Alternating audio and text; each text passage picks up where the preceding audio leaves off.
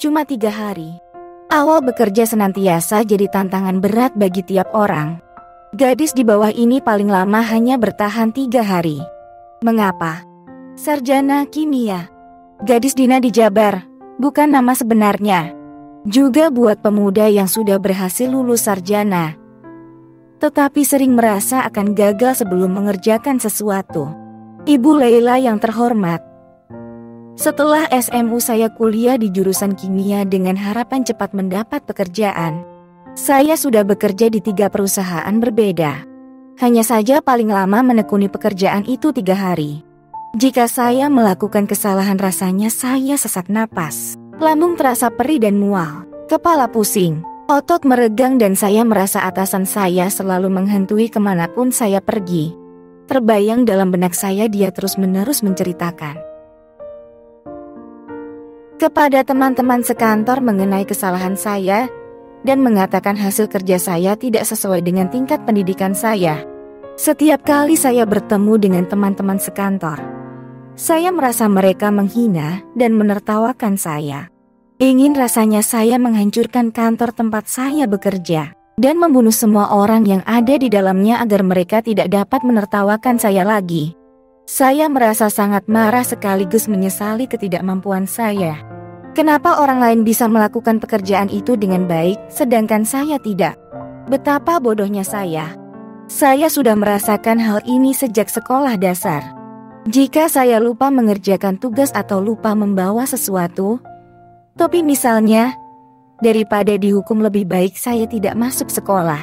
Kejadian serupa ini terus berlangsung hingga saya kuliah. Hampir saja saya berhenti kuliah. Jika saya melakukan kesalahan di rumah, saya akan pergi menginap di rumah kerabat. Selama beberapa hari, saya tidak berani pulang. Saya merasa sangat putus asa. Beberapa kali saya mencoba bunuh diri tetapi saya takut berdosa. Apakah saya menderita fobia tertentu? Apakah ini disebabkan karena profesi ibu saya pekerja seks atau karena ayah saya yang mempunyai banyak istri? Tolong rahasiakan nama saya. Halo Dina dan Y. Berat sekali ya bila melakukan sebuah kesalahan. Reaksi Anda jadi berlebihan fisik maupun mental. Fisik sampai menderita sesak napas, pusing, lambung perih, otot meregang. Sedang jiwa Anda tersiksa sebab merasa bos membicarakan kesalahan Anda kesana kemari pada para pegawai lain.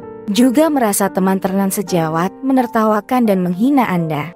Akhirnya menjadi tidak tahan dan keluar dari pekerjaan, sambil berangan-angan mau menghancurkan mereka semua, orang dan gedung. Padahal tak ada orang yang bebas dari kesalahan apalagi kalau baru bekerja. Dina, ketika Anda masih kecil sikap demikian masih dapat dimengerti, namanya juga anak kecil. Sikap dan pemikirannya tidak dewasa, belum bertanggung jawab dan kurang bijak. Namun jika sikap kekanakan ini dipertahankan terus sampai dewasa, apalagi setelah jadi sarjana, rugi besar. Hasilnya bukan cuma nol dalam pekerjaan, juga banyak musuh. Bahkan kalau emosi dituruti dapat jadi penghuni tetap dalam penjara. Saya percaya Anda emang begitu. Jadi upayakan banting setir tinggalkan sikap kekanakan itu dan bersikaplah lebih dewasa, lebih bijak.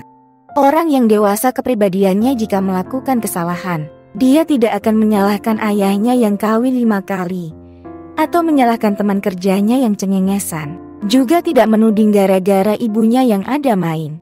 Tetapi dia mulai menganalisis dengan teliti apa yang menyebabkan ia salah dan gagal. Menelusuri secermatnya si 4 serangkai. Apa kesalahan itu? Mengapa sampai terjadi hal itu? Bagaimana terjadinya, kapan dan di mana? Kemudian cari jalan yang tepat untuk mengatasinya. Carilah informasi secanggihnya, baik pada atasan atau teman sejawat, dan pelajari aturan mainnya dengan cermat. Apalagi bidang Anda adalah kimia yang sangat membutuhkan ketelitian luar biasa. Jangan takut dianggap bodoh, sebab Anda memang pegawai baru yang belum tahu apa-apa. Jangankan tugas dan kewajiban yang harus dilakukan, tombol lampu saja tidak tahu di mana letaknya. Semua orang yang bekerja di situ juga awalnya melalui tahap-tahap pertama yang sukar. Pimpinan sangat berkepentingan membuat pegawainya optimal. Jadi mereka suka jika pegawai barunya bermotivasi besar agar pekerjaannya berhasil sebaik-baiknya.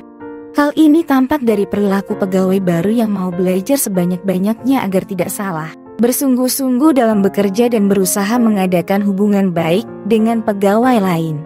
Perusahaan sudah membayar mahal buat merekrut pegawai baru ini. Masak itu hanya untuk membuat gosip tentang pegawai baru. Biasanya para bos itu super sibuk.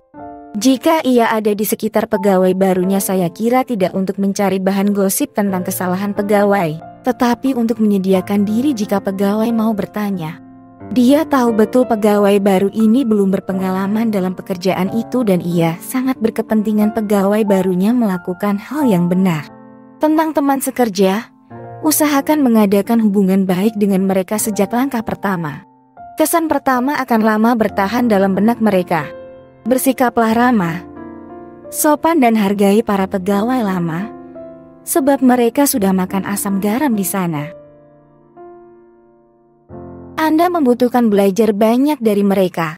Tidak ada yang suka pada orang yang sombong, judes dan culas. Hindarilah itu. Ingatlah, orang tidak hanya mendengar ucapan dan kata-kata saja, tetapi membaca pula bahasa tubuh, sikap, gerak-gerik, penampilan, dan perbuatan Anda.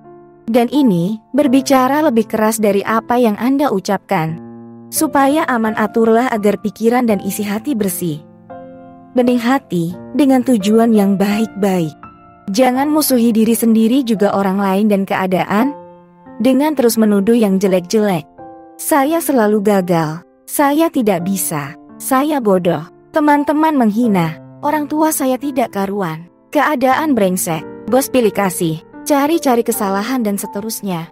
Hasilnya menyakitkan diri sendiri sebab perasaan dan pikiran kita akan memengaruhi seluruh sistem tubuh kita sendiri. Tubuh tidak dapat membedakan mana yang real dan tidak. Begitu Anda berpikir yang tidak enak, ginjal Anda bereaksi mengeluarkan berbagai hormon stres. Hasilnya jantung berdebar lebih keras, sesak napas, kepala pusing, lambung sakit, otot tegang, wajah cemberut. Perasaan dan pikiran jadi semakin sumpek dan menyakitkan. Jadi tambah stres lagi. Lingkaran setan itu semakin menjepit Anda. Rugi sendiri kan? Sebaliknya bila kita berpikir yang baik-baik, ini pun akan memengaruhi seluruh sistem tubuh kita pula. Sebuah senyum saja, meski dipaksakan, dapat lebih menenangkan. Sebab senyum ada hubungan erat dengan susunan saraf pusat. Senyum itu akan merangsang hormon endorfin yang akan memberi kabar baik pada otak sehingga Anda akan merasa lebih tenang. Semakin banyak Anda berpikir yang baik-baik, makin menguntungkan bagi seluruh sistem tubuh dan tindakan Anda. Hal itulah mungkin yang membuat Dr. Larry Biro dalam buku international bestsellernya, Success is No Accident tahun 1996, bilang jika ingin berhasil, pusatkanlah pada kekuatan Anda dan visualisasikan apa yang Anda inginkan. Serta tuliskan cara untuk mencapainya sampai hal sekecil-kecilnya dan tersenyumlah. Saya percaya Anda mempunyai banyak potensi yang baik-baik. Kalau tidak, masa Anda sudah diterima bekerja 3 kali, sementara orang lain sangat sukar mendapat pekerjaan. Anda berdua sudah berhasil menyelesaikan pendidikan tinggi. Bukankah ini menunjukkan Anda punya potensi yang baik-baik untuk maju dan berhasil?